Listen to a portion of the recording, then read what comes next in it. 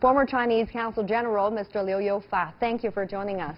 You're welcome. Now, the SCO member states, they represent 20% of the world's GDP, 42% of the world's population. How do you see the organization's future? Well, the SCO started off as a regional security cooperation mechanism. But now the member countries have upgraded into a full-fledged, closer economic cooperation institutions.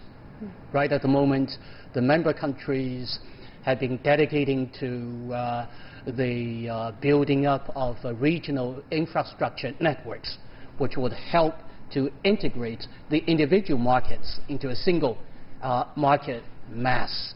This is very important for them to promote the mutual trade, and especially their trade with China. And secondly, by the SCO is in the capacity to promote the two-way trade between China and the SCO countries, which will help to diversify their economic structure, which is a battle needed in order for them to realize the sustainable growth. And thirdly, this SCO in the future is going to build up their collective capacity to bargain with other trade partners to have more rights of say at the regional and the international arena. Now, taking at the bilateral ties also between China and Tajikistan. Now, China is the country's biggest source of foreign investment and also the third biggest trading partner. How do you see the two countries benefit from their ties? From the very beginning, Tajikistan and China each has its own endowment advantages.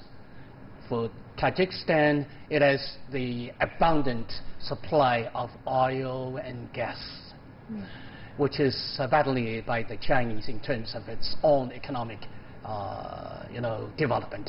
For China, it has built up the construction capability, the industrial capability, and you name it. So the two countries' economic structures are set for the mutual complementary cooperation.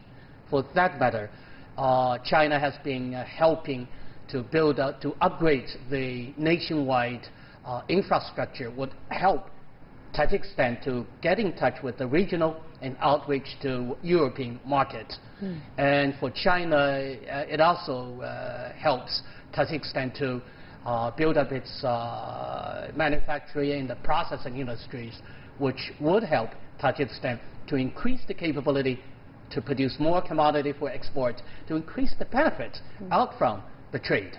Yeah, and all this is happening in the context of prevailing protectionism, and Premier Li is now taking this trip to Asia and Europe region. What kind of meaning does it carry to you? As we all see, President Trump has been bending backward in launching the trade war on China, which will have serious consequences for not only China, but for many partners around the world. The U.S. is leading a way to deviate from the existing multilateral institutions.